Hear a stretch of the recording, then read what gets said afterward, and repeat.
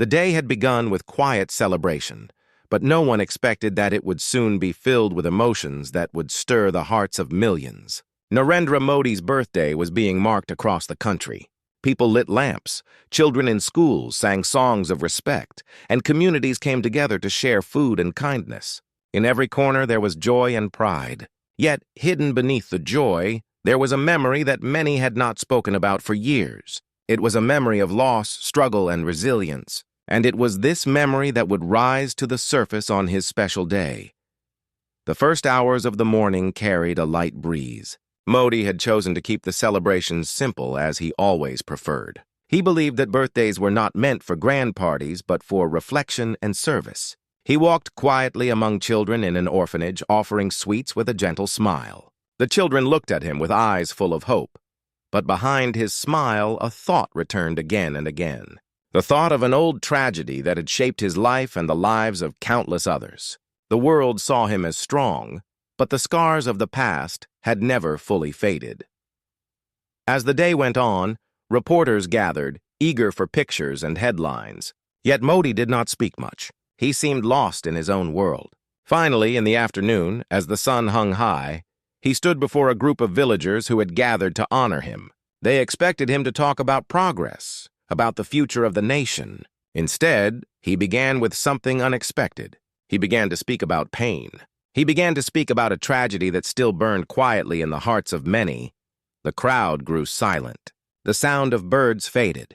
Even the cameras seemed to pause. His voice was low but steady as he recalled a moment from his younger days, a moment when disaster had struck a small community. He spoke of a flood that had destroyed homes, fields, and dreams. He described how families lost everything in a single night, how mothers clung to children as the waters rose, and how neighbors risked their lives to pull strangers to safety. His eyes grew heavy with memory, and the villagers leaned closer as though they too were being pulled back to that night. For years, few had spoken openly about this tragedy. It had been buried beneath the weight of time. But on his birthday, Modi chose to bring it into the light. He wanted the world to remember not because it was painful, but because it held lessons of strength and unity. It was not the loss that shaped us, he said softly. It was how we stood for each other in the darkest hour. His words carried weight. In the crowd, some wiped tears without even realizing it. The story he shared was not only his own, but belonged to every person who had ever endured hardship and found strength through kindness. It was a reminder that birthdays are not only about joy. Sometimes they are also about reflection, about honoring those who could not stand beside us today. Suddenly, an old woman from the crowd stepped forward. Her hands trembled as she raised them in respect. She had been there during the flood. She had lost her husband that night. And now, with tears streaming down her face, she whispered, "We remember." The words broke through the silence like a river of truth. Others in the crowd nodded, some crying quietly, some holding hands. The tragedy was no longer hidden. It was alive again, not to bring sorrow, but to remind everyone of resilience.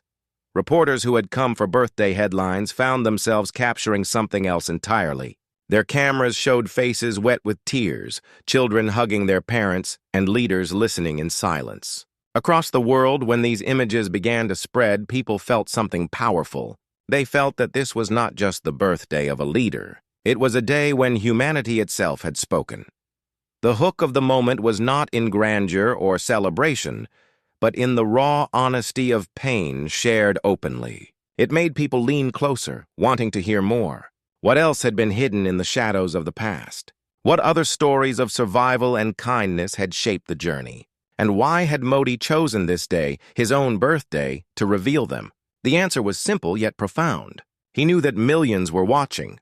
He knew that in a world filled with noise and distraction, truth had the power to touch hearts more deeply than any celebration. By remembering the tragedy, he was giving his birthday a meaning that went far beyond himself. He was turning a personal day into a collective memory, a day of respect, humility, resilience, and kindness. The sun began to set slowly, painting the sky with shades of orange and gold. But in the hearts of those who listened, the story was only just beginning. A silence lingered, heavy with emotion, waiting for the next chapter. For every tragedy holds not one story, but many. And as the night approached, everyone knew that what had started as a simple birthday had now become something much greater. The night had settled over the village, and the air was filled with both silence and whispers. People sat together in small groups, talking about what Modi had shared earlier that day. Some had tears in their eyes, some were quiet, and some told their children stories of that old tragedy so that the young would never forget. The birthday had started with sweets, songs, and smiles, but now it had become something heavier, something sacred. It was no longer just a birthday. It was a reminder of wounds that time had not erased. Modi himself sat alone in a small room lit by a single lamp. His face was calm, but his mind was alive with memories. He remembered walking through muddy water as a young man, helping to pull children out of collapsing huts. He remembered the cries that echoed in the dark, the smell of soaked earth, the desperate voices calling out for family members who had vanished into the flood. Each sound had carved itself into his memory. He had carried those sounds all his life, and on this day, when people had come to honor him, he had chosen to honor them instead, the ones who never made it through, and the ones who survived but carried scars. Suddenly, a knock came at the door. An aide entered and told him that more people had gathered outside. They were not asking for speeches or promises. They were asking for remembrance. They wanted him to speak again. Modi hesitated for a moment. His heart was heavy, but he knew this was not the time to remain silent. He stood, straightened his simple kurta, and stepped outside into the cool night. A crowd had gathered in the village square. There were old men leaning on sticks, women carrying children on their hips, and young boys and girls who had only heard about the flood from stories. Torches flickered in the night, their flames dancing with the wind. The people waited, their faces reflecting both sorrow and hope. They wanted to hear more. They wanted to know not just about pain, but about the strength that had risen from it. Modi began to speak slowly, his voice steady and filled with emotion. He told them how on that night of tragedy, strangers had become family. He described how one man gave away his only blanket to keep a neighbor's child warm. He spoke of a group of young boys who tied ropes around their waists and formed a human chain in the rushing waters to rescue those trapped. He recalled women who cooked food with whatever little was left, sharing it with everyone even when their own stomachs were empty. In the darkest of nights, he said, humanity had shone the brightest. As he spoke, the people felt transported back to that time. They could almost see the swollen river, hear the cries, and feel the chill of wet clothes on their skin. But they also felt the warmth of kindness, the courage of unity, and the power of compassion. It was as though the tragedy, though painful, had revealed the best parts of human nature, and Modi wanted everyone to remember that more than the loss. Then, in the middle of his speech, an unexpected voice rose from the crowd. A young woman stepped forward, holding the hand of her little son. Her face was full of tears, yet her voice did not shake. She said, "My father died in that flood, but the night did not only take him. It gave me something too. It gave me courage. It gave me the strength to live with respect, even in poverty. And today, as I stand here with my son, I tell him that kindness is what saves us." Her words spread through the crowd like fire. People nodded, some cried, and some held their children closer. Modi listened to her with deep respect. He bowed his head slightly and said, "This is the lesson we must never forget. Life can take everything in a single moment, but kindness is the one thing it can never wash away." His words echoed in the square, carried by the night wind, reaching even the corners where shadows lingered. People clapped softly, not in celebration but in agreement, in unity. The night grew deeper, and yet no one wanted to leave. Stories began to pour out from the people themselves. One old man spoke of how he lost his home but was sheltered by strangers for months. Another told of a group of villagers who built makeshift boats out of wood and barrels to ferry the trapped to safety. Children listened wide-eyed, realizing that their parents and grandparents had lived through moments of both horror and heroism. What had begun as a birthday had turned into a gathering of truth, a living memory circle.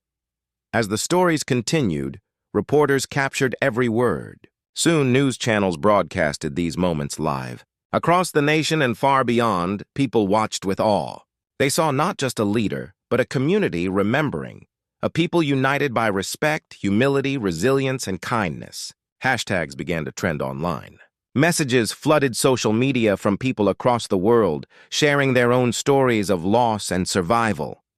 The tragedy of one village became a mirror for humanity itself. But amid all this, a question began to rise silently in the minds of many. Why had Modi chosen this birthday, of all days, to bring back such a painful memory? Was there something more to this story that the world did not yet know? Was there a hidden truth behind his silence all these years? The thought lingered like a shadow in the hearts of the people, a shadow that promised more revelations in the days to come. The torches burned low, and the crowd finally began to disperse, though their hearts remained heavy and full. Modi watched them leave, each carrying both sorrow and strength. He knew that tonight had only opened the door. Tomorrow, more memories would walk through.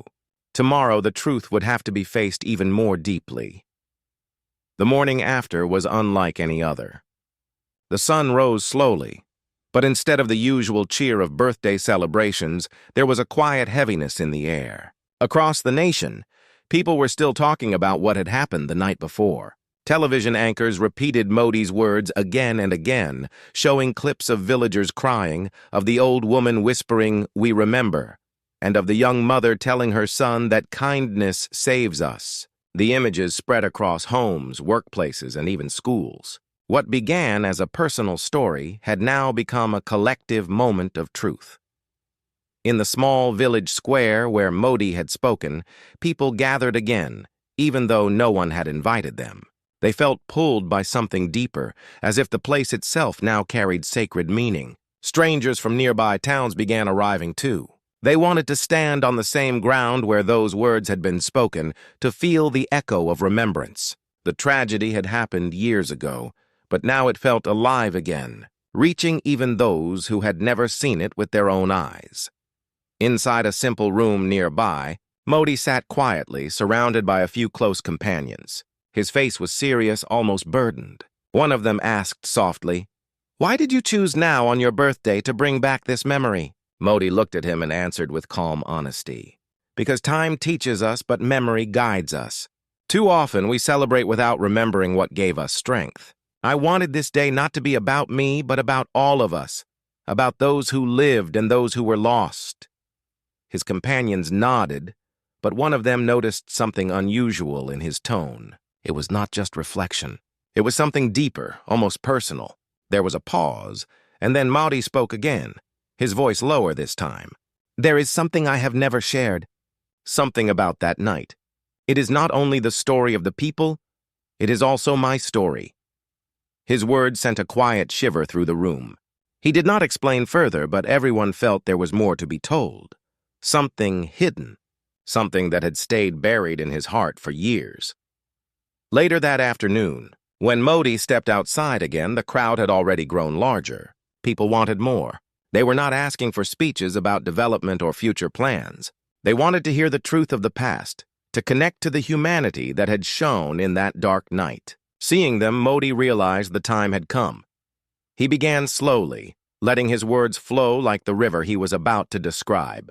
He told them how the night of the flood had changed everything. He remembered standing in waist-high water, holding onto a rope tied between two trees, guiding children to safety. He remembered how the water carried away homes, how voices rose and then were swallowed by the roar of the river. But then he paused, and the silence that followed was heavy. Finally, he said, "That night, I too lost someone." The crowd grew still, listening with sharp attention. There was a boy I knew. He was young, full of dreams, and he believed in a future beyond poverty. I had promised him I would help him study, that one day he would walk a path brighter than the one before us. But that night, when the water came, I could not reach him. He was swept away before my eyes. I carried that pain with me ever since. It was not only the people who lost. I lost too, the words struck like thunder. Many in the crowd gasped. Some cried openly. It was no longer just a story of a leader remembering a tragedy. It was his personal wound, revealed to the world for the first time. As he spoke, An old man in the crowd broke down, whispering, "It was my grandson." His voice trembled, and people turned to look at him. He leaned on his stick, tears falling freely. "I thought no one remembered him anymore."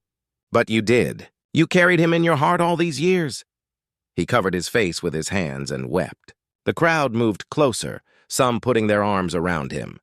The moment was raw, painful, and yet filled with unexpected tenderness. It was a reminder that grief can divide, but it can also unite. Modi walked down from where he stood and went to the old man. He placed his hand gently on his shoulder and said, "Your grandson's dream is alive in the hearts of all of us. His loss was not in vain. He gave me a lesson I never forgot, that we must never waste a single chance to lift someone else."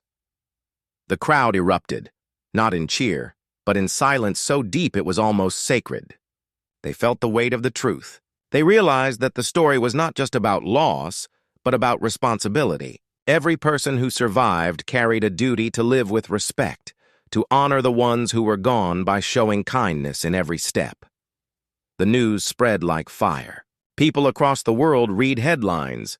"On his birthday, Modi remembers a boy lost in tragedy." Social media filled with posts, not of celebration but of reflection. People began sharing their own stories of loved ones they had lost and how those memories had guided their lives. The day had gone beyond one leader, beyond one village, beyond one nation.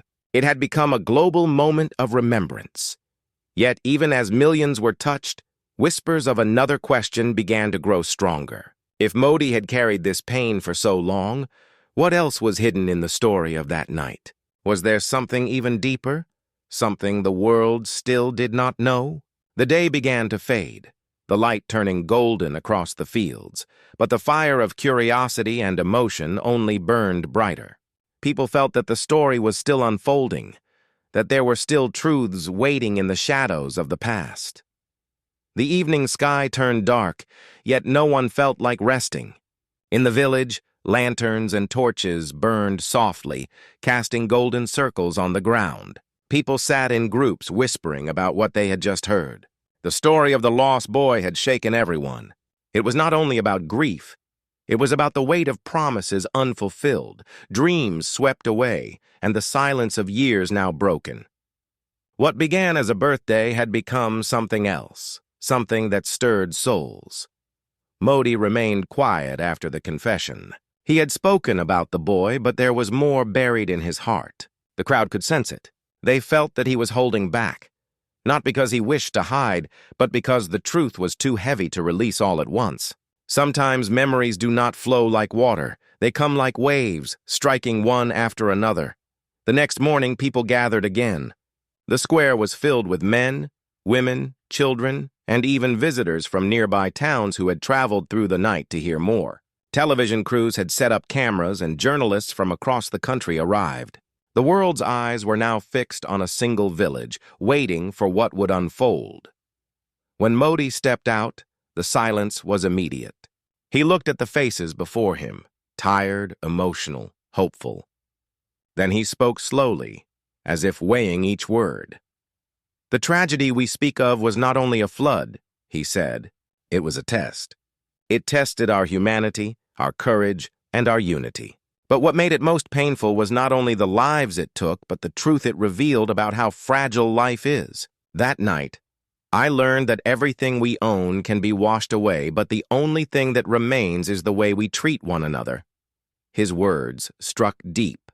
People listened with rapt attention. Then, with a pause, he added, "But I must also tell you something I have never shared. On that night, I saw both the worst of fear and the best of kindness, and it changed me forever." He told them how, as the waters rose, some people panicked and tried to save only themselves. He remembered watching two men push past women and children, climbing onto a broken roof while others drowned below. It was a sight that left scars in his mind. But in the same moment, he saw the opposite. He saw a young girl who could barely swim pushing her younger brother to safety, sacrificing herself in the process. Her face never left his memory. When he spoke of her, his voice broke for the first time. The crowd grew still. "I did not know her name," he whispered, "but her courage became a lesson for me. It was that night I understood that leadership is not about standing above others. It is about going into the water first, even if you may not come back. The crowd felt his words like fire in their hearts. An old farmer in the back shouted, "She lives in all of us!" And the people repeated it softly, "She lives in all of us." As this chant grew, Modi closed his eyes for a moment. He was not just speaking to the crowd, he was speaking to himself, to the ghosts of that night, to the voices he still heard in his dreams. Just then, an unexpected moment took place. A man stepped forward carrying a bundle wrapped in cloth. He was shaking with emotion. When he reached Modi, he unwrapped it. Inside was an old photograph, water-stained and faded. It showed a girl with braided hair, smiling shyly at the camera. "This was my sister," he said. "She was the one who saved our brother that night." "She never came back!" Gasps spread through the crowd. Modi's eyes filled with tears as he looked at the photo. After so many years, the nameless girl had a face, a family, and a story that would now live on. He bowed deeply to the man, saying, "Your sister is the hero of our nation. Her sacrifice is greater than any words I can speak." The moment was overwhelming. People cried openly. Some raised their hands in silent prayer. The cameras captured not just the leader, but the humanity that bound everyone together. In living rooms across the world, people watching television wiped their eyes. This was not politics. This was truth, raw and unshaped. As the gathering continued, the young brother who had been saved by the girl also stepped forward. He was a grown man now, his voice trembling as he said, "I owe my life to her. And today, I see that her sacrifice was not forgotten. I carry her inside me every day, and I will continue to live in a way that honors her." His words made the crowd erupt in soft cries, some holding on to each other tightly. But even as these truths were revealed, the air carried another question. Why had Modi chosen to reveal all this now after so many years of silence? Was there still more hidden in the depths of his memory? The people sensed it. The story felt unfinished. Every new revelation only deepened the mystery. The sun began to set again, throwing long shadows across the square. The people refused to leave. They wanted more, not because of curiosity alone, but because the story had become their own. They had entered a journey of remembrance, one that belonged to all humanity. The next morning came with a strange stillness. The sky was clear, the air cool, yet there was a heavy feeling that refused to lift. People from nearby towns and villages kept arriving, drawn by the story that had unfolded in the last 2 days. Some came out of respect, some out of grief, and many out of curiosity. The square that once held only a few villagers was now crowded with hundreds, each waiting for what more might be revealed. Reporters spoke into cameras, telling the world that something rare was happening. This was not a political speech, not a birthday celebration, but a living history unfolding before everyone's eyes. The story of a tragedy once forgotten was now being stitched together piece by piece, through tears, through courage, through voices that had stayed silent for decades. Inside his simple room, Modi sat by the window, looking out at the gathering crowd. His eyes were tired, but his spirit was steady. He knew that once you open the door of memory, it never closes again. Truths buried for years now demanded to be spoken. He whispered to himself, "This is not about me. This is about the people, about the voices of that night." When he finally stepped outside, the crowd stood in silence. Children clung to their parents. Elders folded their hands in respect, and the young waited with restless hearts. Modi stood before them, his face calm but his eyes carrying the weight of many years. He began with a pause, then said, "Every tragedy leaves behind more than pain. It leaves behind questions. Questions we do not always answer, because the answers cut too deep. But today, I must tell you something more about that night, something I have carried alone." The crowd leaned forward, the silence sharp as glass. "That night," Modi continued, "I did not only see loss, I saw betrayal. I saw how fear can make people forget their humanity. And I also saw how courage can rise from places we never expect." He told them of a group of villagers who had been entrusted with food supplies for everyone. As the flood grew worse, those supplies became the only hope for survival. Yet, In their fear, a few tried to keep it only for themselves, hiding sacks of grain while others starved. It was one of the darkest sights of his life. But then, he said, a poor farmer discovered what was happening. The farmer had already lost his home, yet he stood up and demanded the food be shared equally. When those men refused, the farmer broke the locks of the storage house and called the people together. He gave away everything, making sure even the weakest and the children received food. The farmer himself went hungry that night, but his act saved lives. As Modi spoke, people gasped.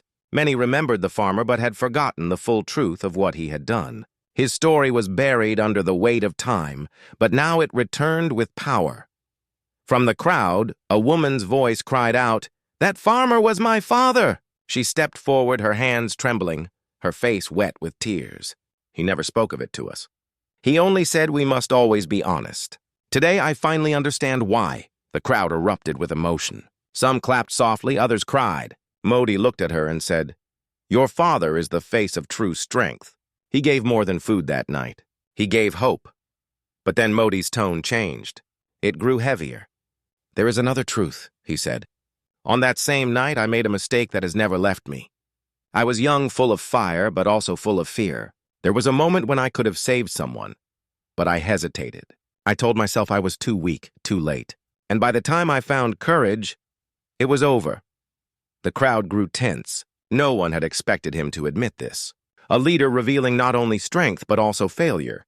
It was rare, and it pierced the hearts of those listening. His voice shook slightly as he said, "That moment taught me that leadership is not about waiting until you are ready. It is about stepping forward even when you are not. I have lived my life since then with that lesson in my heart." The silence that followed was deeper than any applause could have been. People saw not just a leader, but a man, flawed and human, carrying both guilt and wisdom. It made his story even more powerful because it was real. As he finished, an elder stepped forward. He was frail, his voice thin, but his words strong. "We all carry regrets," the old man said. "But what matters is what we do with them. You carried your regret and turned it into service for millions. That is the meaning of resilience." The crowd nodded, tears in their eyes. It was no longer about one man's birthday. It was about every human heart, about the lessons hidden in pain. Across the world, people watching felt connected. Social media filled with words like forgiveness, kindness, resilience. People shared their own regrets, their own stories of how failure had taught them strength. The tragedy of one village had become a mirror for humanity once again. Yet even as the crowd was moved, there was still a shadow hanging in the air. Modi's confessions had grown deeper each day, and now people wondered, what was the final truth he had yet to reveal? Why did his eyes still carry a pain he had not spoken of? The sixth day arrived with a strange tension. By now, the story had spread across the nation and beyond. News channels in faraway countries were showing images of villagers gathered in silence, listening to every word. Millions followed the live broadcasts, while countless others watched clips on their phones, whispering to each other about what might be revealed next. The birthday of one man had turned into a week of remembrance for the world. In the village, the crowd was larger than ever before. Roads were packed, fields were filled with people sitting on the ground waiting. Even those who had never known the flood felt drawn, as if their own stories of pain and survival would find an answer here. Modi walked slowly toward the square, his steps heavy but steady. He looked around at the faces, old men leaning on sticks, women holding babies close, children staring with wide eyes, young people listening with restless hearts. He took a deep breath and began to speak. "I have told you about the courage of the villagers, the sacrifice of a girl, the honesty of a farmer, and even my own failure. But there is still something I have kept inside, the deepest truth. I have carried it alone all these years because I did not want to bring pain to others. But now I know. The truth must be shared, for silence can sometimes be the heaviest burden of all." The crowd grew still. No coughs, no whispers, only the sound of the wind. Modi's voice grew softer. "That night, when the water swallowed our homes, I tried to help as many as I could. But there was a moment I cannot forget. I reached a small hut where a family was trapped. Inside was a mother and her little child. The water was rising fast. I tried to pull them out, but the current was too strong. The mother cried out, not for herself, but for her child. She placed the child in my arms and begged me to save him. I wanted to save them both, but I was only one man and the water was merciless. I carried the child to safety, but when I turned back, she was gone. Gasps spread through the crowd. Some covered their mouths, others held their children tighter. The pain in his voice was so raw that it felt like the tragedy was happening all over again. He paused, his eyes wet. For years I wondered if I made the right choice. I saved the child, but I lost the mother. Her voice still echoes in my heart. It was the hardest decision of my life. That night, I learned that leadership is not about choosing between right and wrong. It is about carrying the weight of choices no one else can make. A silence heavier than stone fell upon the crowd. Tears ran down the faces of strangers who had never even known the woman, yet felt her sacrifice as if it were their own. Then, slowly, a voice rose from the back. A young man stepped forward, his face pale with emotion. "I was that child," he said.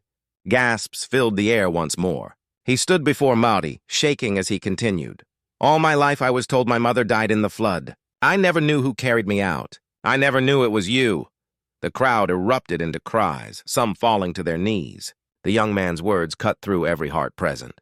Maudie looked at him, stunned, his lips trembling but no words coming out. Finally, he walked to the young man and placed both hands on his shoulders. With a voice broken by tears, Maudie said, "Your mother was braver than all of us. She gave her life so that you could live. I only carried you, but it was her courage that saved you." The young man fell to his knees, holding Maudie's hand. "Then I will live the rest of my life to honor her and to honor what you carried that night," he said. The crowd wept openly. Strangers hugged each other. Children clung to their parents, and even the reporters lowered their cameras, their eyes wet. Across the world, millions watching on screens felt chills run down their spines. Posts flooded social media. People wrote about their own parents, about sacrifices made silently in families everywhere, about choices no one ever saw but that shaped entire lives. It was no longer just one man's memory. It was every human being's story of love, loss, and resilience. But even as the moment touched the deepest corners of the heart, some still whispered, was this the final truth, or was there something else hidden? Maudie's eyes, though full of tears, still carried a shadow, as if the story was not yet complete. The seventh day arrived like no other. The village was overflowing with people, far more than it had ever seen in its history. Some had walked for miles, others had traveled from distant cities, and still more joined through screens across the world. They came not for celebration, but for truth. By now it was clear that what had begun as a birthday had turned into something far greater. A journey through grief, courage, and humanity itself. Maudie stood before the crowd, his face calm but his eyes heavy. He had revealed so much already. The lost boy, the nameless girl who gave her life, the farmer who chose honesty over fear, the mother who sacrificed herself for her child. Each story had torn open hearts, but each also reminded people of the strength that comes from kindness. Now, on this final day, everyone waited for him to finish the story, to share the last truth he had carried for so many years. He looked out over the sea of faces, then spoke slowly, his voice steady but full of emotion. "For 6 days, I have told you about the flood, about those we lost, about the sacrifices that shaped me. But there is one last truth. It is the hardest of all because it is not only about others, it is about me. It is about the vow I made that night, a vow that has guided my every step since." The crowd leaned closer, holding their breath. When the water swallowed our homes and families, I stood in the middle of chaos, unsure if I would live to see the next morning. I remember looking at the faces around me, children, parents, strangers, and feeling the weight of their pain. I was young. I had nothing. But in that moment, I made a promise. I promised that if I survived, I would never live only for myself again. I would give my life to serve others, to protect, to stand when others could not. That vow became my path, my reason, my duty. The crowd was silent. Even the wind seemed to pause. His words were not just a confession. They were the foundation of his life. Maudie's voice broke slightly as he continued. It was not power I sought. It was not honor.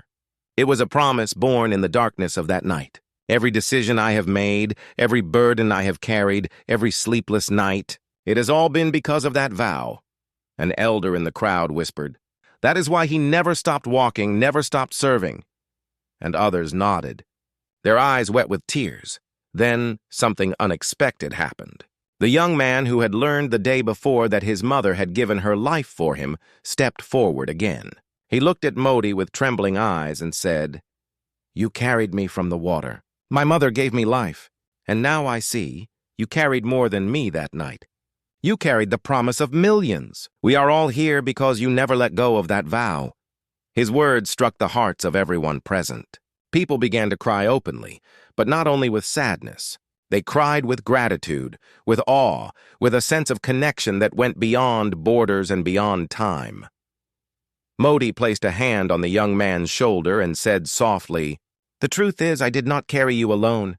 It was the courage of your mother, the sacrifice of the girl, the honesty of the farmer, the hope of every villager. They all carried me, and together we carried each other. That is the meaning of humanity. We rise only when we rise together." The crowd erupted, not with loud cheer, but with a deep, powerful silence.